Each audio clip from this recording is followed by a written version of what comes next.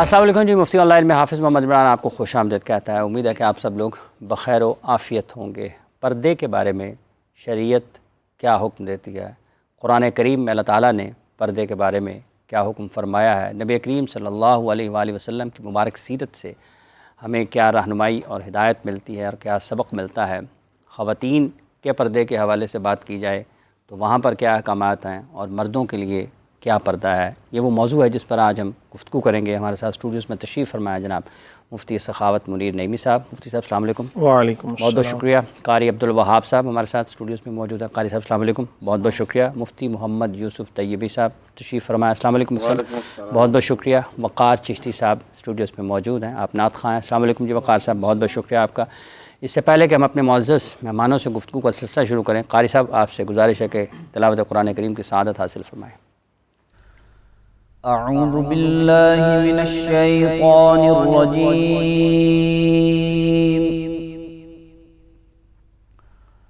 بسم اللہ الرحمن الرحیم۔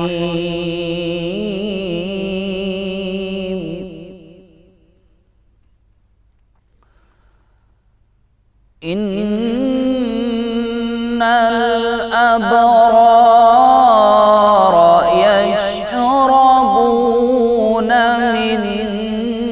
كأس كان مزاجها كافورا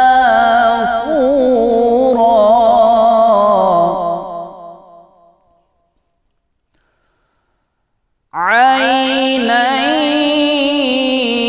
يشرب بها عباد الله يفجرونها تفجيرا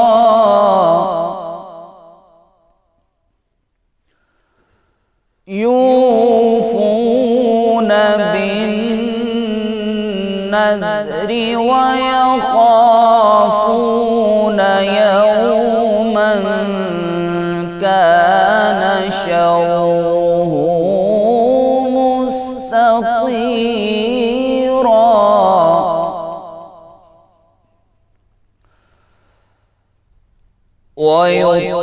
ويطعمون الطعام على حبه مسكينا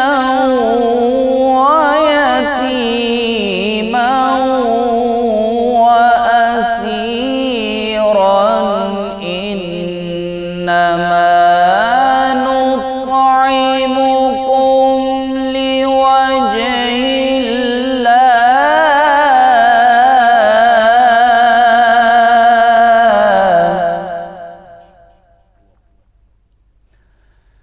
لا نريد منكم جزاء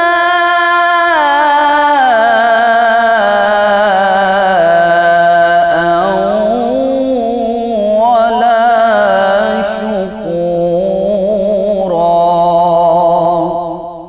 صدق الله العظيم۔ صلی اللہ نبی الکریم ونحن علی ذلک من الشاہدین۔ جزاک اللہ جناب قاری صاحب، بہت بہت شکریہ۔ وقار صاحب آپ سے گزارش ہے کہ ناز رسول مقبول صلی اللہ علیہ وآلہ وسلم پیش فرمائیں۔ صلی اللہ علیہ وسلم۔ مجھ خطا کار سا انسان مدینے میں رہے،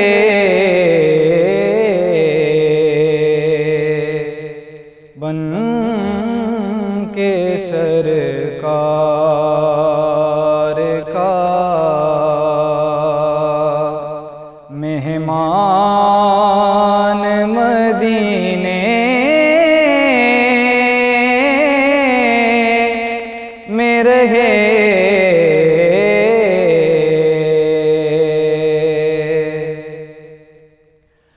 یاد آتی ہے مجھے اہل مدینہ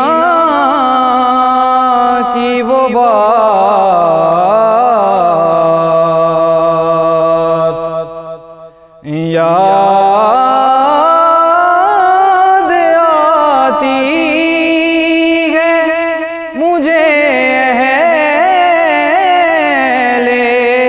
مدینہ کی وہ بات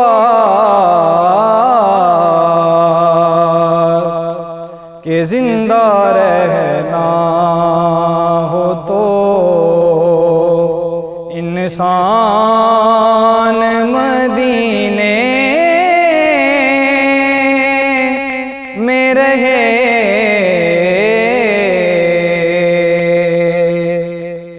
چھوڑ آیا ہوں دل و جان یہ کہہ کے اعظم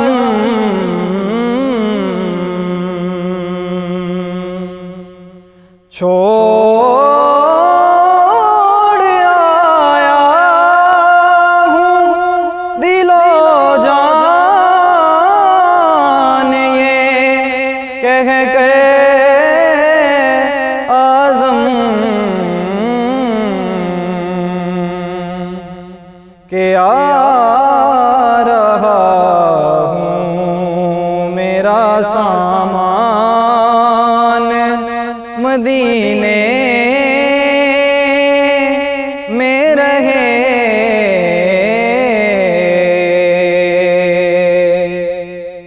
ان کی شفقت غم کونین بھلا دیتی ہے۔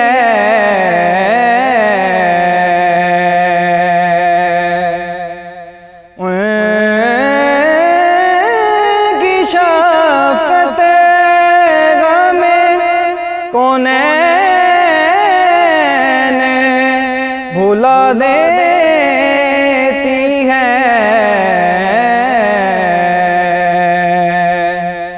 کہ جتنے دن آپ کا مہمان مدینے میں رہے مجھ کا کار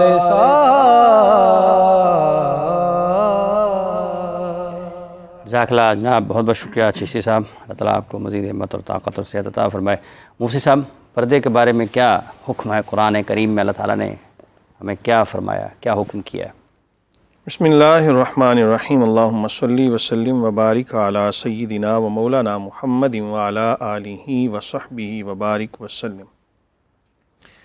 قرآن مجید فرقان حمید میں ارشاد باری تعالیٰ یا ایہا النبی قل لازواجک وبناتک ونساء المؤمنین یدنین علیہن من جلابیبہن، کہ اے نبی صلی اللہ علیہ وآلہ وسلم اپنی ازواج اور اپنی بیٹیوں سے فرما دیجئے کہ اپنا جو پردہ ہے یعنی اپنا دوپٹہ اوڑھنی جو ہے اس کا ایک پلو اپنے چہرے پر ڈال لیں۔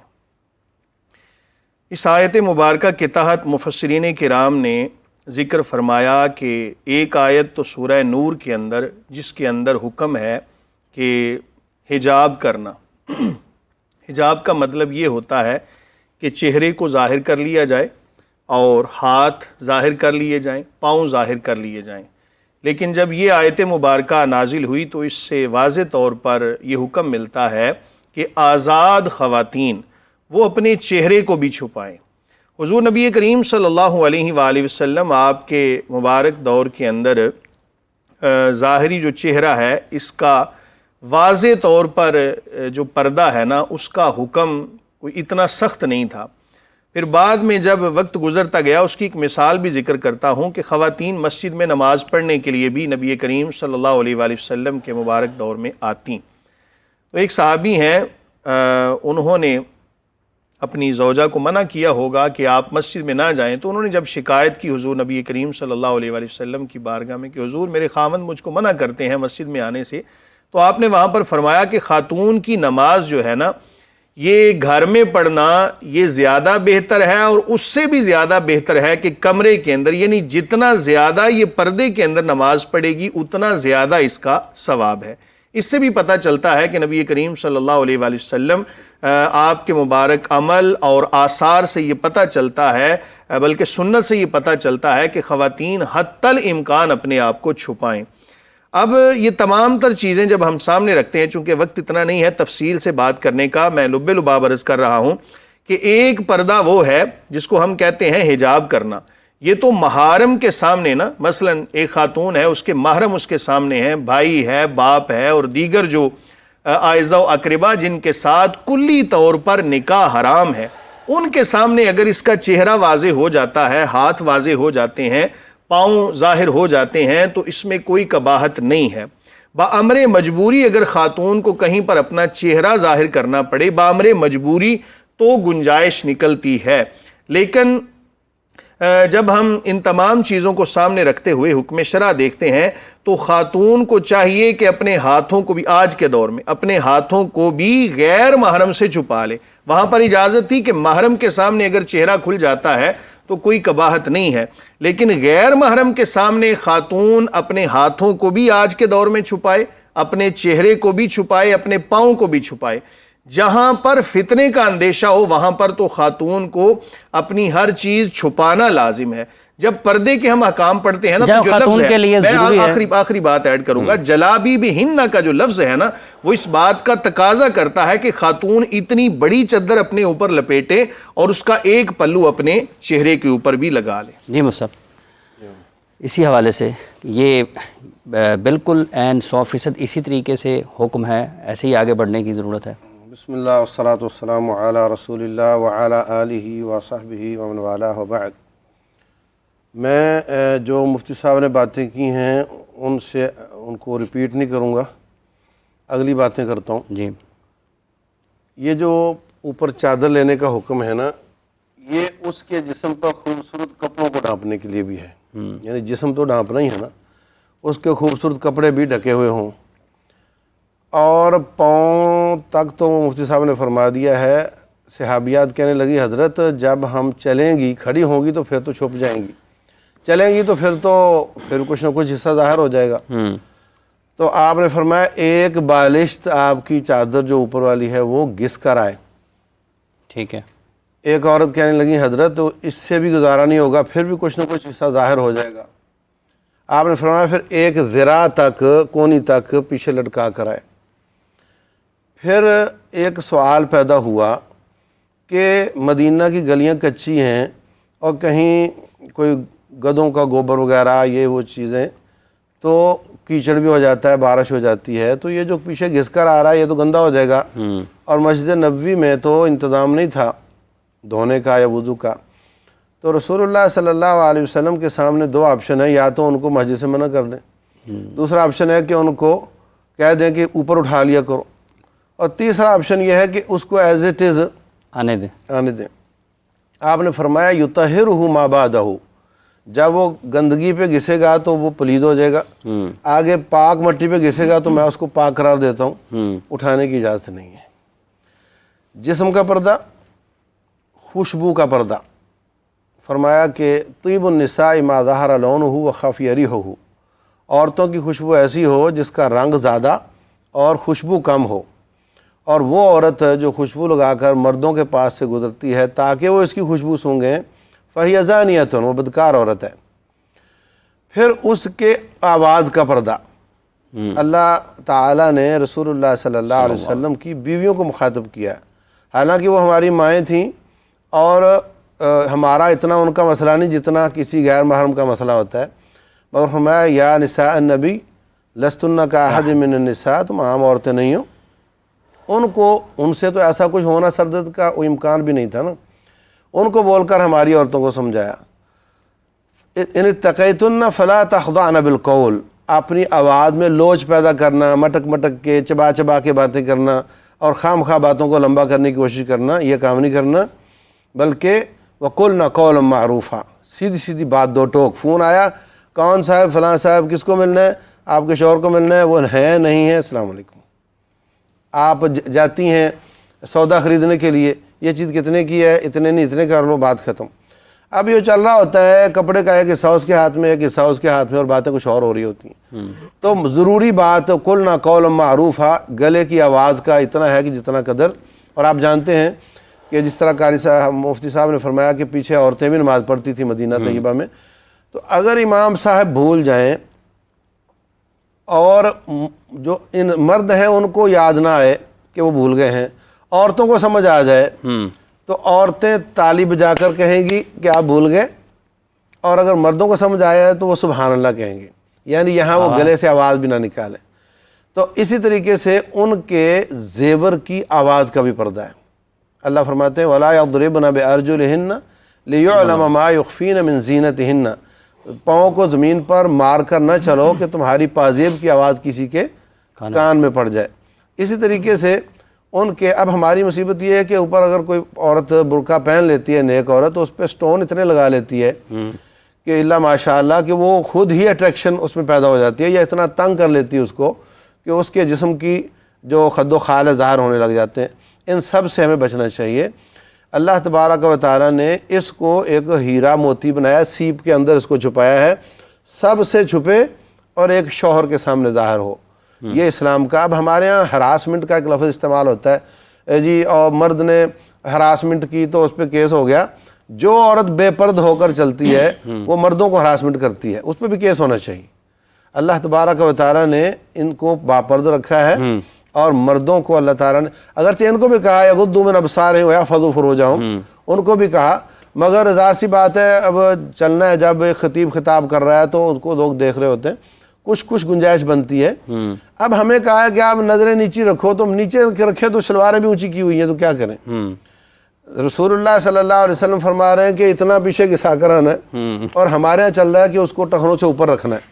تو یہ ہمیں اللہ سے ڈرنا چاہیے، ہم چن کر بغاوت پر اترے ہوئے ہیں، اللہ تعالیٰ چن کر بغاوت پر اترے ہیں۔ علامہ صاحب آپ بھی تشریف فرمائیں، کس طرح سے دیکھتے ہیں آج چونکہ مختلف حوالوں سے نا اب خیالات بھی مختلف، ابہام بھی پایا جاتا ہے، جیسے ابھی چادر کے اوڑھنے کی بات ہوئی ہے، اس بارے میں مختلف خیالات ملتے ہیں کہ آپ چہرہ نہ ڈھانپیں، یہ بھی آپ اس طرح بھی، باقی آپ کا جسم ڈھانپ رکھا ہے آپ نے تو آپ پردے میں ہیں، تو کیا مجموعی طور پر اس میں ہمیں سبق کیا ملتا ہے کہ اگر آپ نے اپنا سر ڈھانپا ہوا ہے، جسم سارا ڈھانپا ہوا ہے؟ بسم اللہ الرحمن الرحیم، الحمدللہ رب العالمین، وصلی اللہ علی سید الانبیاء والمرسلین وعلی آلہ الطاہرین۔ اب دیکھیے، سب سے پہلے تو جب ہم حجاب کی بات کر رہے ہیں، یہ کوئی صرف اسلامی مسئلہ نہیں ہے، جتنی ہم سابقہ بھی آسمانی شریعتیں دیکھتے ہیں ان کے اندر بھی ہمیں پردہ نظر آتا ہے۔ اگر ہم کرسچینٹی میں دیکھتے ہیں تو وہاں پر بھی جب جناب سیدۃ العذراء مریم سلام اللہ علیہا کے بارے میں تصویر کشی کی جاتی ہے تو وہ ایک محجبہ خاتون تھی۔ آج تک بھی اگر ان کے عبادت خانے ہیں، چرچ ہیں، تو وہاں پر جو مذہبی خادمائیں ہیں وہ ہمیشہ آپ کو محجبہ نظر آئیں گی، باحجاب نظر آئیں گی۔ اور اسی طرح اگر ہم یہودیت میں بھی دیکھ لیں تو بلکہ آج بھی جو اسرائیل کے یروشلم کے ان کے خاص مذہبی مقامات ہیں، اگر ان محلوں میں کوئی عورت جو ہے غیر پردہ نظر آئے تو وہ اسے معیوب سمجھتے ہیں، یعنی ان کے بھی آسمانی دین میں ایک عورت کے لیے پردے کا حکم ہے۔ تو بعین ہی اسلام نے بھی عورت کے لیے حجاب کا جو حکم دیا، اس لیے کہ جو عورت کی عفت اور پاک دامنی ہے اور جو عزت و احترام ہے وہ اللہ تبارک و تعالیٰ نے حجاب اور پردے کے اندر رکھا ہے۔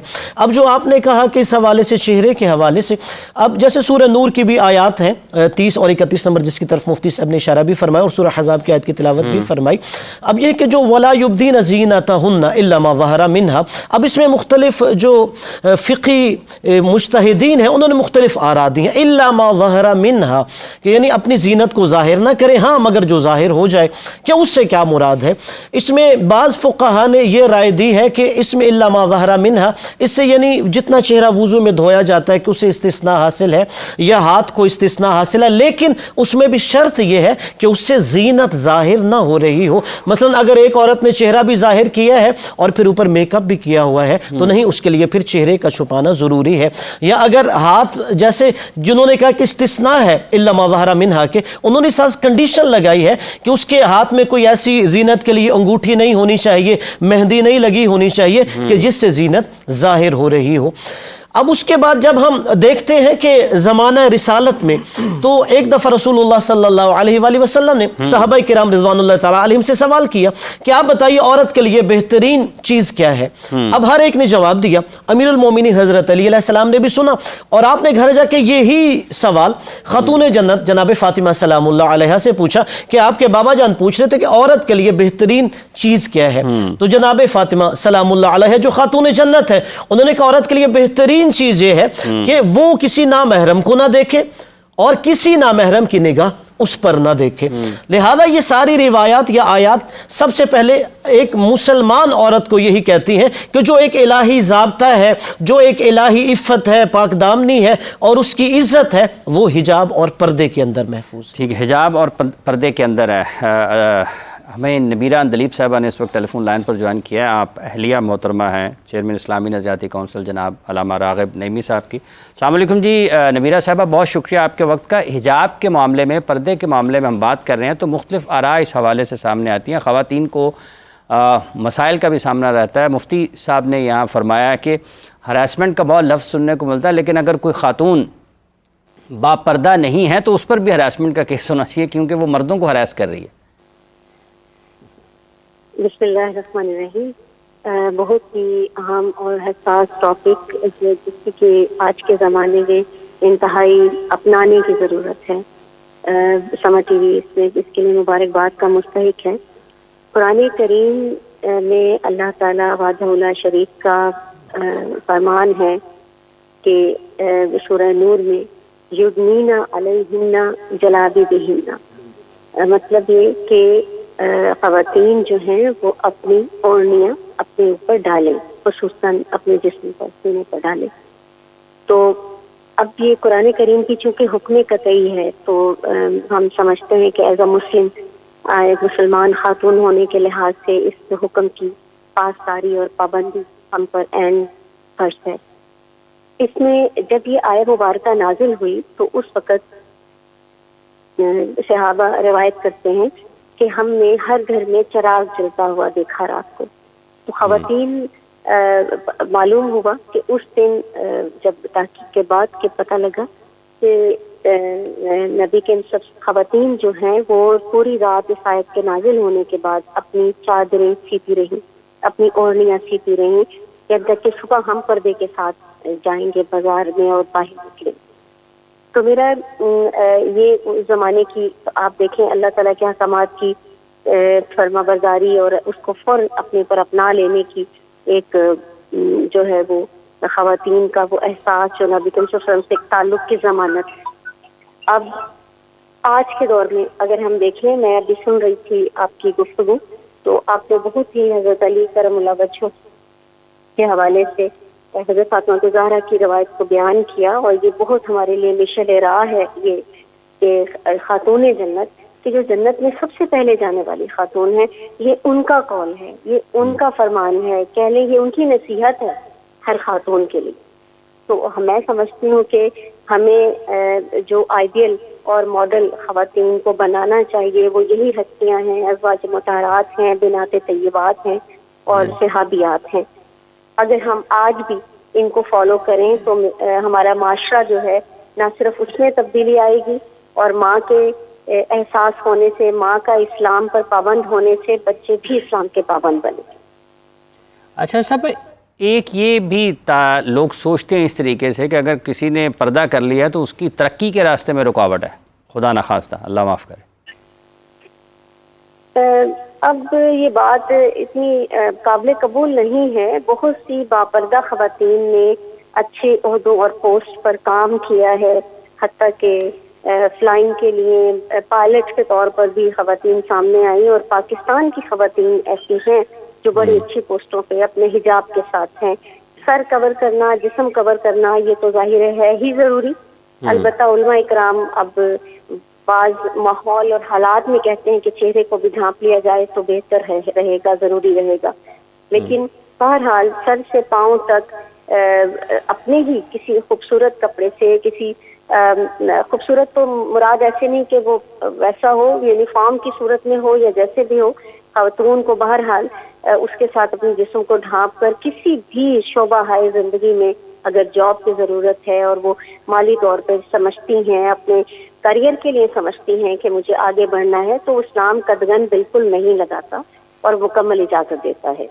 اچھا میں ہمیں آپ کس طریقے سے دیکھتی ہیں، چونکہ جب ہم قرآن پاک کا مطالعہ کرتے ہیں، نبی کریم صلی اللہ علیہ وآلہ وسلم کی حدیث مبارکہ کا مطالعہ کرتے ہیں، اصحاب جو نبی کریم صلی اللہ علیہ وسلم کے عظیم صحابہ ہیں ان کی زندگیوں کا مطالعہ کرتے ہیں، تو ہمیں تو بہت واضح سبق ملتا ہے۔ تو آپ کے خیال میں ہمیں اس چیز کو بچوں تک ان کی تربیت میں یہ ڈالنے کی ضرورت ہے، بجائے اس کے کہ جب وہ 18 19 20 22 سال کے ہو جائیں اس وقت انہیں اس طرف توجہ دلائی جائے؟ جی بالکل، ایک بچی کو بالغ ہونے سے پہلے ہی جو ایک اسلامی تعلیمات کی روشنی میں اگر ہم دیکھیں، کیونکہ جو آیہ مبارکہ میں نے آپ کو شروع میں بتائی وہ نازل کب ہوئی تھی؟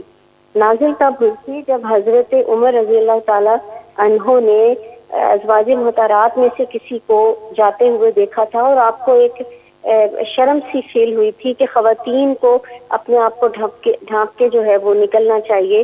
اس صورت کے بعد پھر نبی صلی اللہ علیہ وسلم سے بات ہوئی، اور پھر اس کے بعد یہ سارا اللہ تعالیٰ کی طرف سے بھی احکامات نازل ہو گئے۔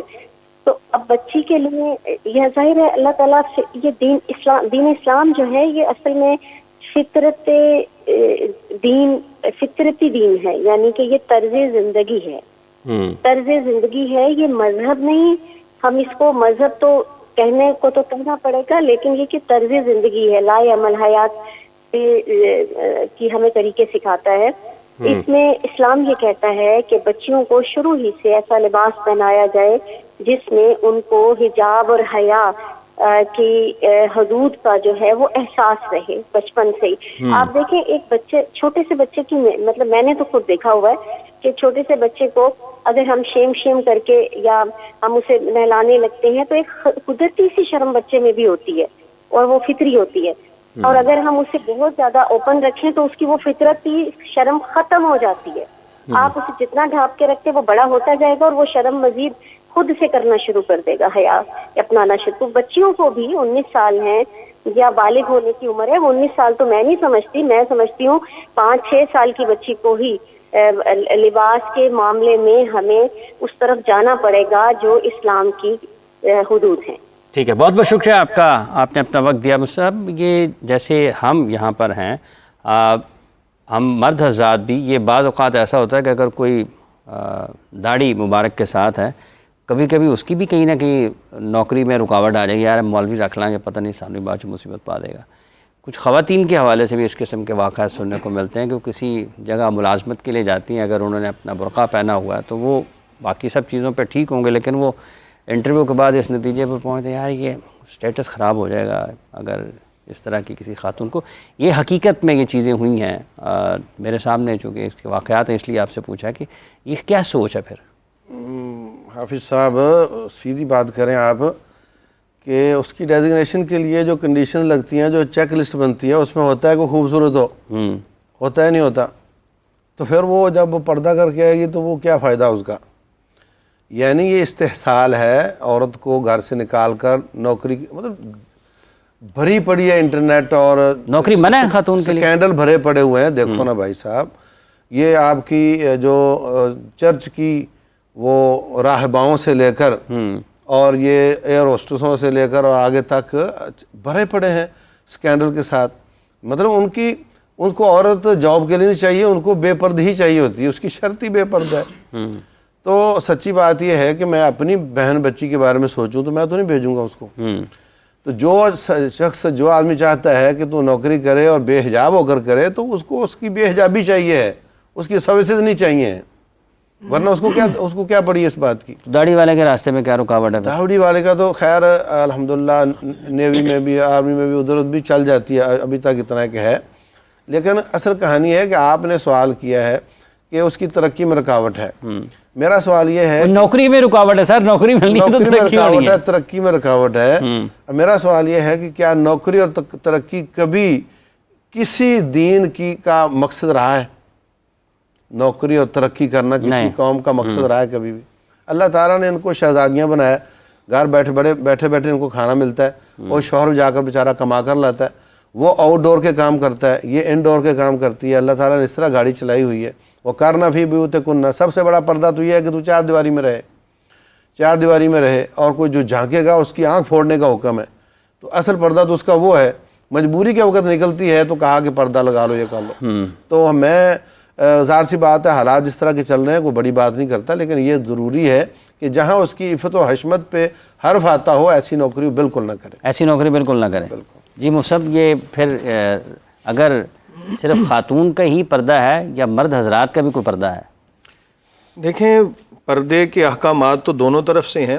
قرآن مجید فرقان حمید نے مردوں کو بھی حکم دیا کہ نگاہیں نیچی رکھیں، وَيَحْفَظُوا فُرُوجَهُمْ کے الفاظ آتے ہیں، خواتین کے لیے بھی یہی الفاظ آتے ہیں، تو دونوں طرف یہ پردہ لازم ہے۔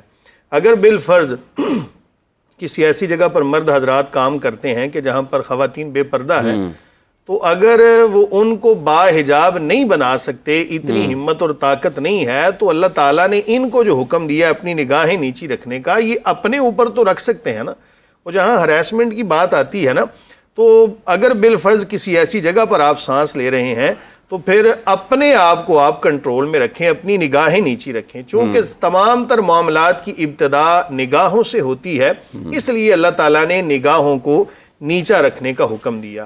جہاں تک بات ہے کہ خاتون یا مرد ان کی جو نوکریاں ہیں ان کے اندر رکاوٹ اگر یہ چیزیں بن رہی ہیں، تو میں یہ سمجھتا ہوں کہ اگر وہ اس بنا پر ایسی چیزوں کو چھوڑ دیں گے تو اس کے بعد جو اللہ تعالیٰ کی طرف سے ان کو ایک روحانیت ملے گی نا، کیونکہ ایمان کی حلاوت ہی اسے ملتی ہے کہ جو اللہ تعالیٰ کے لیے محبت کرے، اللہ تعالیٰ کے لیے نفرت کرے۔ تو جب یہ دنیا داری کے ایسے معاملات کو اللہ تعالیٰ کی رضا کے حصول کے لیے چھوڑ دیں گے تو ایمانی حلاوت ہی تب محسوس ہوگی ان کو۔ تو اس لیے مرد کو حکم ہے کہ وہ اپنی نگاہوں کو نیچا رکھے۔ اور جہاں تک بات ہے نا کہ ہم ہمیشہ خاتون کے پردے کی بات کرتے ہیں، میں یہاں پر یہ بھی بیان کرنا لازم سمجھوں گا کہ آج کل مردوں کی بھی تربیت کی ضرورت ہے۔ جہاں خواتین کی تربیت کی ضرورت ہے وہاں مردوں کی بھی تربیت کی ضرورت ہے۔ ہم جو بچی کی بات ہو رہی ہے، اچھا صاحب، ایک قطع کلام میں بات چاہوں گا، ابھی اگر کوئی مرد ایک ایسی جگہ پر جب خواتین زیادہ کام کرتی ہیں تو وہ کیا کرے پھر؟ وہ اپنی نگاہیں نیچی رکھے، حتی الامکان جہاں اس کا کمپیوٹر سامنے ہے، سامنے والی سائڈ پہ خاتون بھی بیٹھی ہوئی ہے، اب اس نے ٹائپ کرنا ہے، کیا کرے؟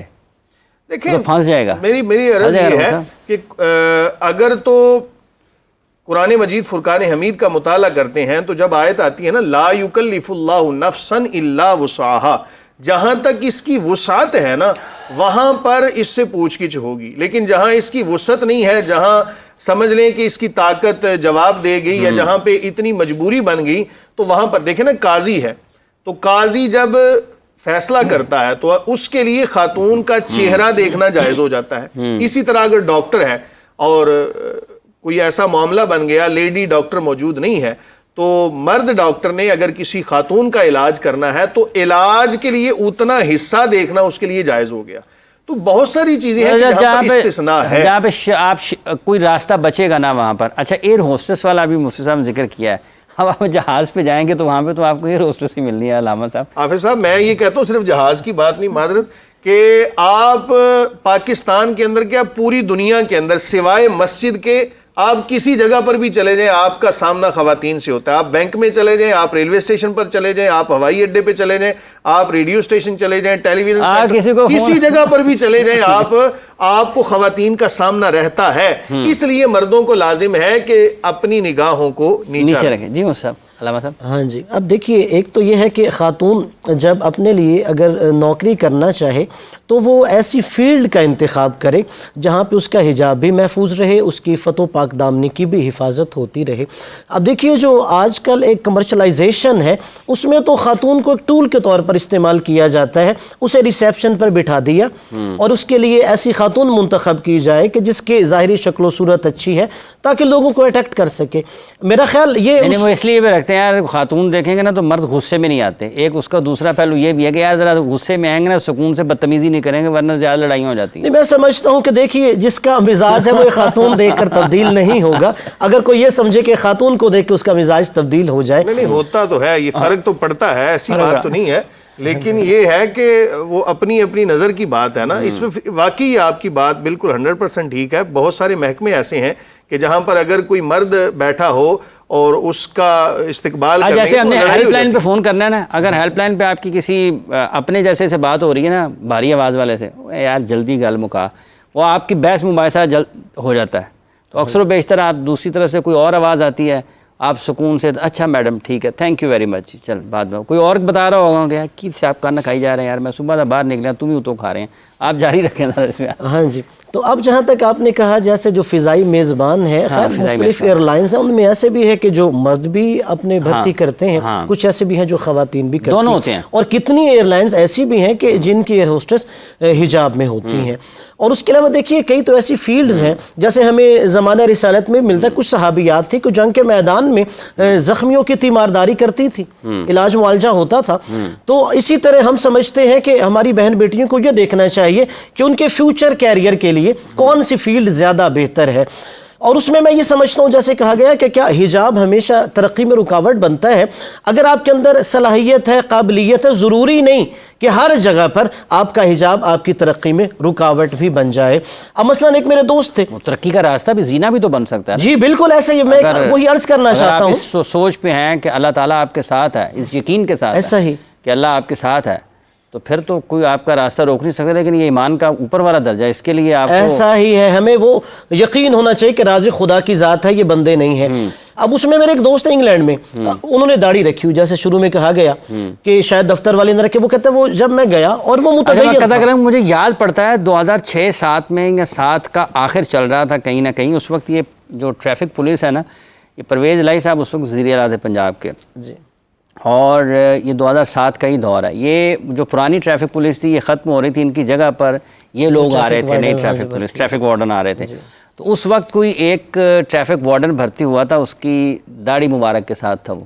تو مجھے یاد پڑتا ہے، میں اس کو چیک کر لوں گا، لیکن یہ کہیں نہ کہیں ذہن میں ہے میرے کہ اس کی شاید آپ کو یاد پڑتا ہو، اس کی جو ہے نا داڑھی کی مبارک کی وجہ سے اس کی نوکری کا بڑا مسئلہ بن گیا تھا. لیکن بہت شور مچا میڈیا میں، اخبارات کا دور تھا، ٹیلی ویژن چینل شروع میں تھے اس وقت، کو بہت زیادہ نہیں تھے، 5-6-7 کے دور تھا. لیکن وہ شور مچا تھا کہ اس کی وجہ سے، اس کو داڑھی کی وجہ سے اس کے لیے مسئلہ ہو رہا تھا. آپ جاری رکھیں آگے.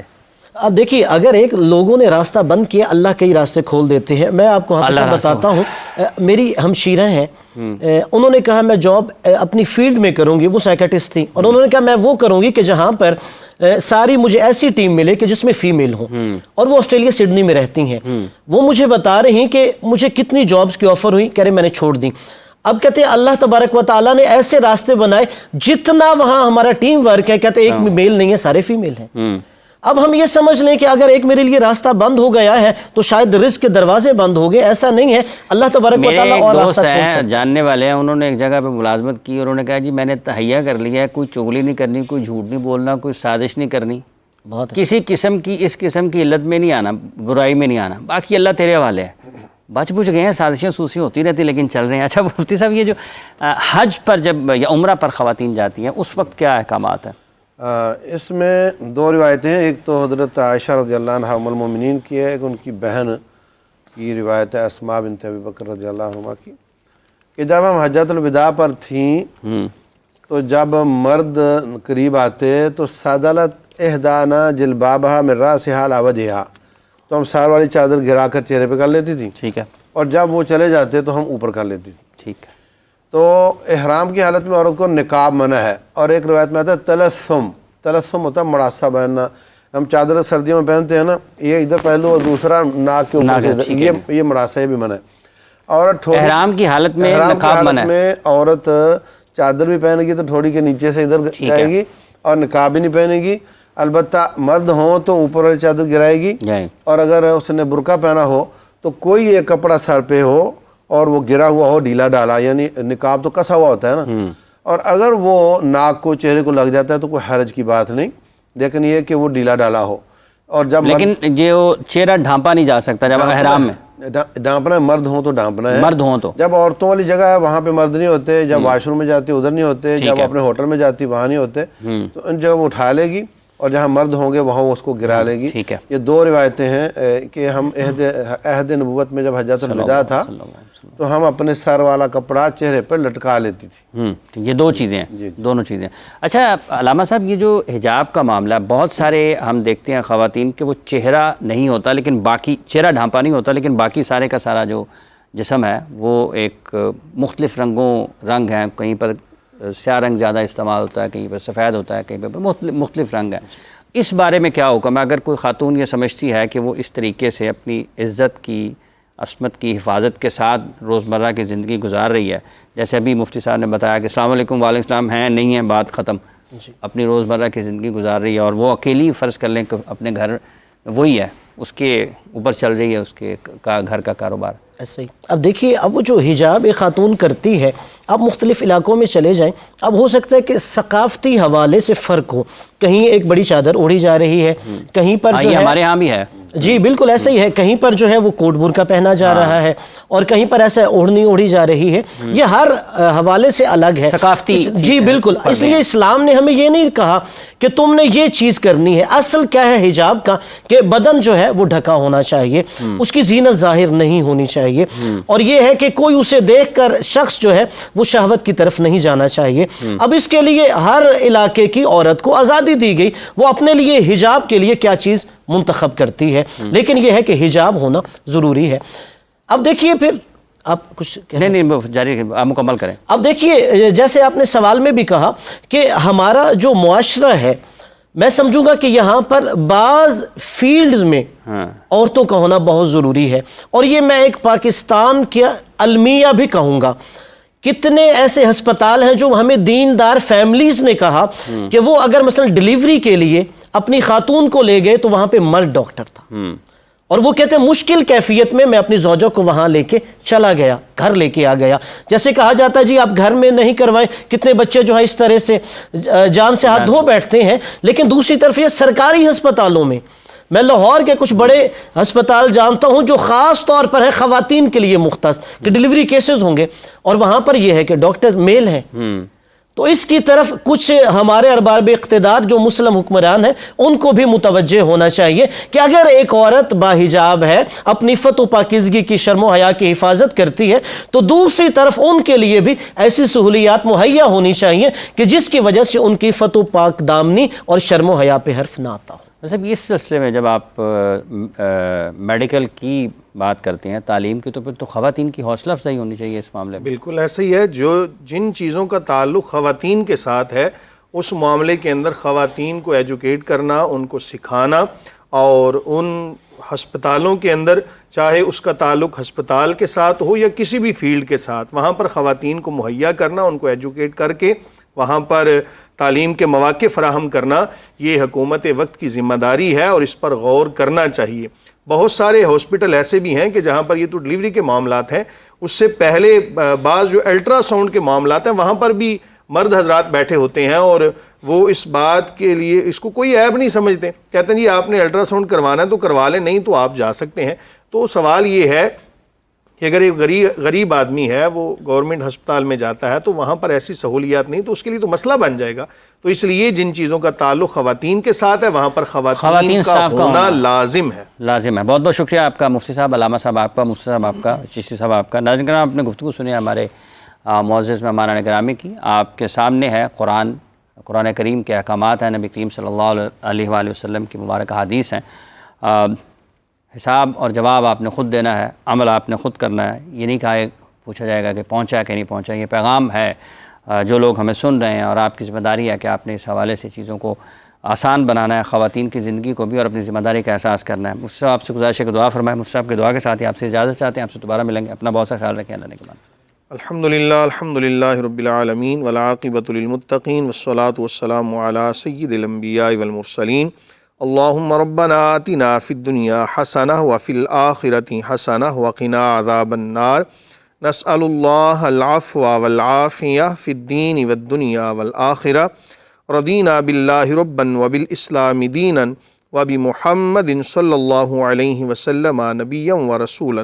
اللہم انا نجعلک فی نحورہم ونعوذ بک من شرورہم. یا مقلب القلوب ثبت قلوبنا علی دینک. اللہم من احییتہ منا فاحیہ علی الاسلام وَمَن تَوَفَّيْتَهُ مِنَّا فَتَوَفَّهُ عَلَى الْإِيمَانِ یا ارحم الراحمین یا ارحم الراحمین یا ارحم الراحمین۔ بیماروں کو شفائے کاملہ صحت عاجلہ عطا فرما۔ گھروں میں، ہسپتالوں میں، جہاں کہیں بھی بیمار ہیں، صدقہ نبی پاک صلی اللہ علیہ وآلہ وسلم کا شفائے کلی عطا فرما۔ مولا کریم، جتنے لوگ ہمارا پروگرام دیکھ رہے ہیں، جس طرح سے بھی اس پروگرام کے ساتھ منسلک ہیں، یا اللہ ان سب کو اپنی شان کے مطابق اجر عظیم عطا فرما۔ ان جمی معاملات کو ہم سب کے لیے توشہ آخرت بنا دے۔ یا اللہ کمی کوتاہی معاف فرما۔ حضور نبی کریم صلی اللہ علیہ وآلہ وسلم کے در کی ہم سب کو بار بار با ادب حاضری نصیب فرما۔ حج بیت اللہ کی سعادت عطا فرما۔ مولا کریم، ہم اپنی عقل کے مطابق مانگتے ہیں، تو رحیم ہے، تو کریم ہے، تو ستار ہے، تو غفار ہے۔ مولا، اپنی رحیمی، کریمی، ستاری، غفاری کا صدقہ بن مانگا سب کی خالی جھولیوں کو بھرپور فرما۔ وطن عزیز پاکستان کی خیر عطا فرما۔ پاکستان کو دن دگنی رات چگنی ترقی عطا فرما۔ سما کی پوری ٹیم کو خیر و عافیت عطا فرما۔ صلی اللہ تعالی علی خیر خلقہ سیدنا و مولانا محمد وعلی آلہ و اصحابہ اجمعین۔